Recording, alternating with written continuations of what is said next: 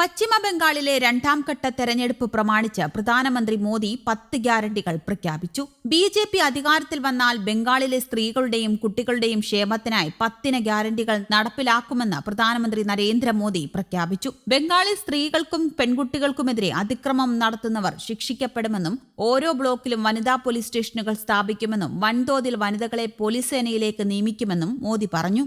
കൃഷ്ണനഗറിൽ വ്യാഴാഴ്ച നടന്ന റാലിയിൽ സംസാരിക്കുകയായിരുന്നു പ്രധാനമന്ത്രി.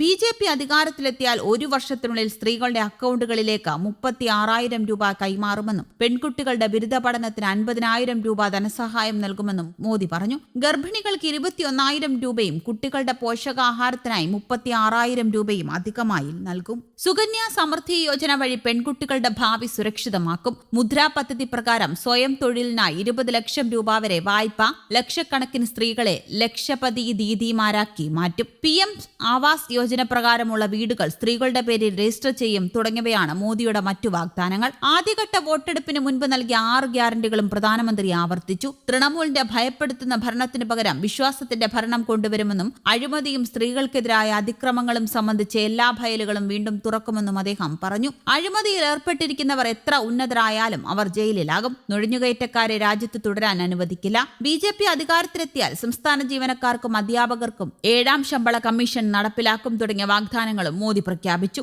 ബിരുദ പഠനം പൂർത്തീകരിച്ച യുവതികൾക്ക് 50,000 രൂപ സാമ്പത്തിക സഹായം നൽകും. ഗർഭിണികൾക്ക് 21,000 രൂപ വരെ സഹായം ലഭ്യമാക്കും. അരിവാൾ രോഗം സൗജന്യമായി ചികിത്സിക്കും. സെർവിക്കൽ ക്യാൻസറിനെതിരെ സൗജന്യ വാക്സിനേഷൻ ഉറപ്പാക്കും. അതേസമയം വൻ പോളിംഗ് ആണ് നിയമസഭാ തെരഞ്ഞെടുപ്പിന്റെ ആദ്യഘട്ടത്തിൽ ബംഗാളിൽ ഉണ്ടായിരിക്കുന്നത്. SIR-ന്റെ പശ്ചാത്തലത്തിലാണ് കനത്ത പോളിംഗ് നടന്നിരിക്കുന്നത് എന്നാണ് അനുമാനിക്കുന്നത്. വോട്ട് ചെയ്തില്ലെങ്കിൽ വോട്ടേഴ്സ് ലിസ്റ്റിൽ പേരില്ലാതാകുമെന്ന തോന്നൽ പലരെയും പോളിംഗ് ബൂത്തിൽ എത്തിച്ചെന്നാണ് കണക്കാക്കപ്പെടുന്നത്. വൻതോതിൽ പോളിംഗ് രേഖപ്പെടുത്തിയ ബംഗാളിലെ ജനങ്ങളെ പ്രധാനമന്ത്രി മോദി തന്റെ പ്രസംഗത്തിൽ അഭിനന്ദിച്ചു. മാറ്റത്തിനായുള്ള വൻ ജനവിധിയുടെ സൂചനയാണ് പോളിംഗ് കൂടിയത് കാണിക്കുന്നത് എന്നും അദ്ദേഹം അവകാശപ്പെട്ടു. ജനങ്ങൾ വൻതോതിൽ വോട്ട് ചെയ്യാനെത്തിയപ്പോഴെല്ലാം ബംഗാളിൽ ബി.ജെ.പി. വിജയം നേടിയിട്ടുണ്ടെന്നും അദ്ദേഹം അവകാശപ്പെട്ടു. ബി.ജെ.പി. അധികാരത്തിൽ വന്നാൽ തൃണമൂലിന്റെ ഭീകരവാഴ്ചയ്ക്ക് പകരം ബി.ജെ.പിയുടെ ജനകീയ വിശ്വാസത്തിലൂന്നിയ ഭരണം സ്ഥാപിക്കുമെന്നും പ്രധാനമന്ത്രി പറഞ്ഞു. ബംഗാളിൽ സ്ത്രീകൾക്കെതിരായ കുറ്റകൃത്യങ്ങൾ സംബന്ധിച്ച എല്ലാ ഫയലുകളും ബി.ജെ.പി. വീണ്ടും തുറക്കും. അവ കൃത്യമായി അന്വേഷിക്കും. അഴിമതിയിൽ ഉൾപ്പെട്ട എല്ലാ നേതാക്കളും ജയിലിലായിരിക്കും. നിയമവ്യവസ്ഥകൾ പ്രകാരം ഇന്ത്യയിൽ അഭയം തേടിയ എല്ലാ അഭയാർത്ഥികൾക്കും സർക്കാർ സൗകര്യങ്ങളും പദ്ധതി ആനുകൂല്യങ്ങളും ലഭ്യമാക്കും.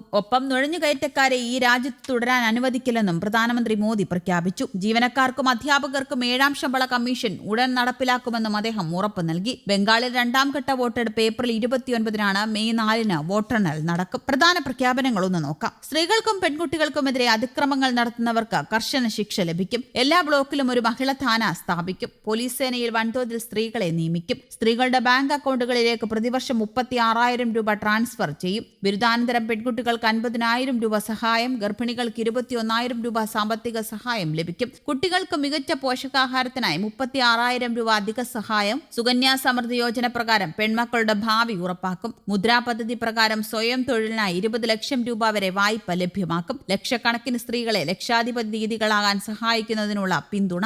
ആയുഷ്മാൻ യോജന പ്രകാരം 5 ലക്ഷം രൂപ വരെ സൗജന്യ ചികിത്സ. പ്രധാനമന്ത്രി ആവാസ് യോജന പ്രകാരം ദരിദ്ര കുടുംബങ്ങൾക്ക് നൽകുന്ന വീടുകൾ സ്ത്രീകളുടെ പേരിൽ രജിസ്റ്റർ ചെയ്യും. അതിനിടെ രാജ്യത്തിന്റെ വികസനത്തിനായി കൂടുതൽ സ്ത്രീകൾ രാഷ്ട്രീയത്തിലേക്ക് വരണമെന്ന് പ്രധാനമന്ത്രി നരേന്ദ്രമോദി 2029 വനിതാ സംവരണം നടപ്പിലാക്കുന്നത് തടയാൻ തൃണമൂൽ കോൺഗ്രസും ചേർന്ന് ഗൂഢാലോചന നടത്തുകയാണെന്നും ഇതിന് ജനങ്ങൾ വോട്ടിലൂടെ ശിക്ഷ നൽകുമെന്നും പ്രധാനമന്ത്രി പറഞ്ഞു. സ്ത്രീ സുരക്ഷയ്ക്കും ശാക്തീകരണത്തിനുമായി ബി.ജെ.പി. പ്രതിജ്ഞാബദ്ധമാണെന്നും അദ്ദേഹം ഉറപ്പിച്ചു പറഞ്ഞു. News desk Kerala Kaumudi.